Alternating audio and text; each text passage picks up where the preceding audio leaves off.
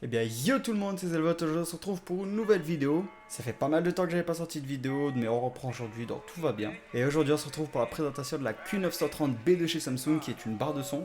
Bah alors ça fait quand même pas mal de temps que j'avais déjà préparé et écrit cette vidéo. Entre temps la Q930C est sortie pour l'avoir testée. La plupart des choses que je vais dire de positif du moins s'appliqueront aussi à la 930C. Donc tant qu'à faire, si vous avez le budget pour la 930C et que vous voulez partir sur quelque chose d'un petit peu plus supérieur, vous partirez là-dessus. Mais sinon pour les autres qui veulent vraiment la 930B, bah l'avantage c'est qu'aujourd'hui elle se trouve quand même beaucoup moins chère, plutôt aux alentours des 600€, sachant que d'origine elle valait 990€. Après forcément vu que la 930C la remplace, bah, elle est pas trouvable de partout, mais de toute façon vous n'avez pas besoin de vous embêter, je vous mets tous les liens en description, comme ça vous cherchez pas, vous embêtez pas, vous allez en description, vous cliquez sur les liens et vous trouvez la barre de son. Aussi si cette vidéo vous plaît, j'aimerais vous inviter à vous abonner, c'est vraiment important pour soutenir la chaîne. Et aussi si cette vidéo vous a plu, prenez 5 secondes pour laisser un like, ça fera vraiment plaisir. On passe tout de suite aux caractéristiques techniques. Au niveau de la barre de son, c'est une barre de son en 9.1.4, donc il y a tout simplement un caisson de basse avec qui est inclus et deux satellites arrière. Niveau virtualisation, franchement ça envoie du lourd, faut pas se mentir. Après niveau puissance, ça envoie aussi puisqu'elle embarque 17 haut-parleurs pour un total de 540 watts. Sincèrement c'est énorme, surtout que bon, moi après je l'utilise dans une pièce qui doit faire 15 mètres carrés à tout casser. Donc sincèrement moi sur la télé je suis jamais à plus de 20% du volume. Mais du coup ça permet que quand on veut monter on a quand même largement de quoi monter. Et tout ça bien sûr sans perte de qualité, que ce soit pour les films, les séries ou même la musique. Au niveau des satellites arrière et du caisson de basse, un très bon point c'est qu'ils se connectent 100% sans fil. Et quand je dis qu'ils se connectent 100% sans fil, vous avez vraiment rien à faire, ils sont déjà connectés de base. Donc la seule chose que vous avez à faire c'est brancher la barre de son et en profiter en fait, elle est vraiment plug and play. D'ailleurs cette barre de son elle est compatible aussi Dolby Atmos et DTS:X. Ce qui est vraiment bien parce que du coup, peu importe en fait ce que vous allez regarder, vous aurez des bonnes informations sonores qui sont transmises à la barre de son et vous aurez une vraie virtualisation sur chaque programme. Peu importe que vous regardiez vos films sur Netflix, sur Disney+, sur Warner, sur peu importe, vous aurez une bonne virtualisation du son. Après, quand on se le dise, une barre de son comme ça aujourd'hui, on ne fait pas que juste écouter de la télé avec, mais on écoute aussi de la musique depuis notamment des fois d'autres appareils, que ce soit des téléphones, des ordinateurs ou autres. Et pour ça, sur cette barre de son, il n'y a aucun souci non plus, que vous soyez sur iOS, Android, sur Windows, Mac, peu importe, puisque la barre de son est compatible AirPlay, Chromecast, Bluetooth. Normalement, sur n'importe quel appareil en 2023, vous pourrez envoyer votre musique dessus. Après, un petit plus pour ceux qui utilisent l'assistant vocal de chez Amazon Alexa, c'est que sur cette barre de son, on peut intégrer Alexa directement sur la barre de son. Franchement, moi je m'en sers pas, donc je vais pas faire genre ou quoi, je m'en suis jamais servi et je m'en servirai probablement jamais d'Alexa. Par contre, je pense que pour ceux qui s'en servent, c'est un vrai point fort parce que ça permet d'avoir une enceinte Alexa en plus et de pas être obligé d'être à côté de l'enceinte pour déclencher Alexa. Après ça c'est au niveau des technologies grand public qu'elle embarque, mais maintenant il y a aussi des technologies propres à Samsung qui sont embarquées par cette barre de son. Notamment le premier ça va être Spacefit Sound. C'est tout simplement une technologie de Samsung qui permet en fait d'adapter la diffusion du son à votre pièce. Si vous voulez en fait ça permet de calibrer la barre de son et que la barre de son se calibre surtout tout seul sans que vous ayez rien à faire.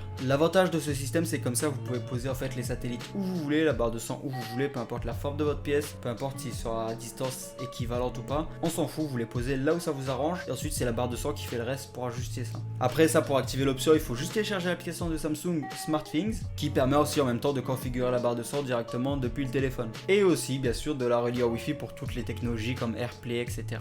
Ensuite une technologie que j'ai pas pu tester qui s'appelle TapSound. C'est pour les possesseurs de téléphones Samsung. En fait imaginons que vous rentrez chez vous, vous êtes en train d'écouter de la musique de votre écouteur, et bah avec votre téléphone juste vous l'approchez de la barre de son et ça va transmettre le son sur la barre de son. Pour ceux qui utilisent Apple c'est un peu similaire effectivement au système qu'on a avec les HomePod. Il suffit juste de rapprocher le téléphone de la barre de son et le son de votre téléphone se transmet automatiquement sur la barre de son sans fil, sans que vous ayez aucune manipulation à faire. Et ça sincèrement c'est top, même si bon j'ai pas de téléphone Samsung donc perso ça me sert pas, mais quand je m'en sers sur mes HomePod je vois l'utilité que ça, c'est tellement pratique. Ensuite une technologie qui est quand même pas mal c'est le Q Symphony. Alors pour faire fonctionner Q Symphony déjà il faut avoir un téléviseur Samsung compatible. Mais si c'est le cas, en fait vous pourrez ajouter les haut-parleurs de la télé aux haut-parleurs de la barre de son. Ils fonctionneront simultanément en s'adaptant en fait pour embellir le son. Alors pour l'avoir testé depuis déjà quasiment plus de 6 mois, ça marche nickel, franchement il n'y a rien à redire. Le seul souci que j'ai pu avoir c'était sur certains sons en Dolby Atmos via Apple Music par exemple, où ça donnait un rendu un petit peu particulier, un petit peu bizarre j'avais l'impression. Notamment en écoute musicale je le désactive, après pour tout ce qui est du visionnage de contenu, séries etc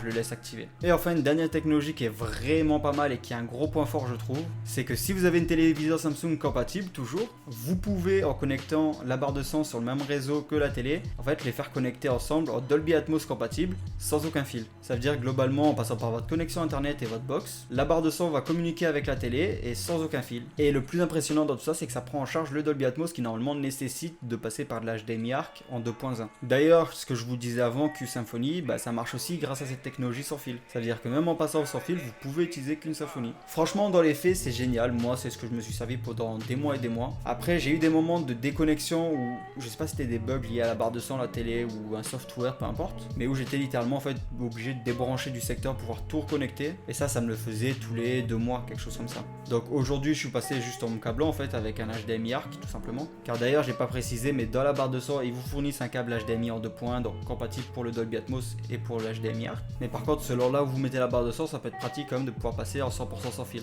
Après, au niveau des connectiques sur la barre de son, il y a tout simplement premièrement l'alimentation. Ensuite, on a 2 HDMI, dont un qui est compatible eARC et c'est celui-là qu'il faudra utiliser si vous voulez avoir le Dolby Atmos. Et enfin, il y aura l'optique. Maintenant, passons au design et fonctionnalité de cette barre de son. Niveau taille, c'est clair qu'elle est grande. Moi, elle dépasse légèrement de mon meuble. Alors, c'était pas très esthétique, mais bon, au vu de la qualité que m'offre la barre de son, je veux bien négliger un peu l'esthétique. Mais pour être précis sur les dimensions, elle mesure 110 cm par 60 par 12. Après, si on parle du design pur, elle est très sobre, donc très jolie et très facile à intégrer. Elle est entièrement recouverte de métal en alvéole noir. Il y a le logo Samsung qui est incrusté en tout petit sur la barre de son, c'est même pas flagrant plus que ça. Pour les satellites et le caisson de basse, c'est exactement pareil, on a quelque chose d'assez sobre avec le logo en petit. Après, sur le dessus de la barre de son, du coup, on vient retrouver plusieurs boutons de fonction.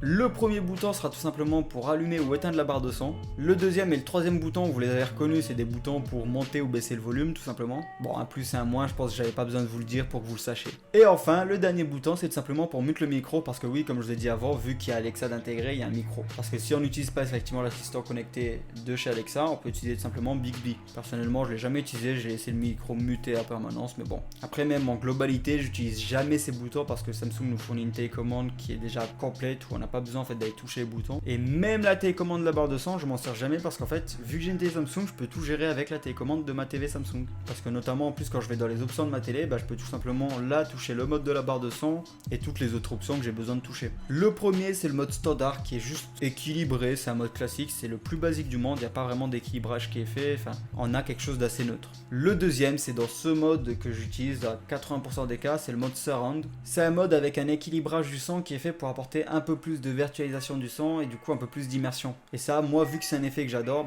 c'est donc ça que je regarde 80% de mes séries et que j'écoute 80% de mes musiques. Ensuite, on a le mode jeu, c'est notamment un mode où il y aura un équilibrage qui sera beaucoup plus fait sur les détails, pour avoir beaucoup plus de ressenti de détails, donc pas obligatoire d'utiliser un mode jeu, sachez que c'est juste pour avoir un peu plus de détails. Mais par contre, forcément, quand vous êtes gamer, c'est un vrai mode qui est intéressant. Et enfin, le dernier mode qui est vraiment pas mal, c'est le mode adaptive. C'est un mode qui, grâce à l'intelligence artificielle, va analyser en fait ce qui se passe à l'écran, et selon ce qui se passe à l'écran, il va effectivement équilibrer le son différemment. Selon, si c'est des dialogues, il va booster un peu plus les dialogues. Si on a une course de voiture qui se crache, il va faire autre chose, etc., pour avoir le meilleur rendu possible. Sincèrement, pour l'avoir utilisé pas mal de temps, c'est un mode qui est assez tout terrain. Moi, je préfère quand même le surround parce que j'aime vraiment bien le côté de l'immersion. Mais par contre, quand vous regardez beaucoup de films, séries différentes, sans trop vous casser la tête, le mode adaptif est génial. Après, sur l'application SmartThings, on va tout simplement pouvoir venir équilibrer les aigus et les basses. Et pour les plus pointilleux d'entre vous, on aura même accès à un équilibreur beaucoup plus complet pour vraiment créer le mode personnalisé qui nous convient le mieux. Après, bien sûr, pour accéder à cet égaliseur complet, il faut absolument que vous ayez la barre de son en mode standard, sinon vous n'aurez pas accès à cet égaliseur là complet. Enfin, cette application SmartThings offre aussi des accès à d'autres modes et d'autres options qui sont vraiment pas mal. Notamment si vous avez des voisins des fois qui sont un peu sensibles la nuit ou autre, que vous voulez pas les déranger, ou même des parents qui dorment dans la chambre d'à côté peut-être. Vous avez tout simplement le mode nuit qui va quand même venir baisser beaucoup les bruits forts, et notamment les basses, ce qui dérange le plus en général la nuit. Enfin, une dernière option que moi je trouve vraiment sympa, c'est l'amélioration vocale. Sincèrement, surtout le soir quand on a activé le mode nuit, quand on vient déjà descendre un peu les graves et les basses, l'amélioration vocale va vraiment monter d'un niveau les dialogues, mais uniquement les dialogues, et franchement c'est vraiment pratique le soir, quand on est à bas volume notamment. Mais alors, vous allez me dire qu'est-ce que moi j'en ai pensé après quasiment, ça va faire 6 mois d'utilisation. Premièrement, on a un son quand même d'une grande qualité qui est bien détaillé, avec beaucoup d'immersion, et surtout un son très puissant aussi, que ça soit en basse ou en clair, on a du détail et ça sature pas. Que ça soit pour les films, pour la musique, pour les séries, on retrouve énormément de précision, que ça soit en fait dans la virtualisation ou dans le détail du son lui-même, et notamment quand on écoute du contenu qui est compatible Dolby Atmos ou DTS:X, on se régale sincèrement. On arrive vraiment à discerner d'où vient le son et franchement c'est génial. Moi c'est un effet que j'adorais au cinéma et que là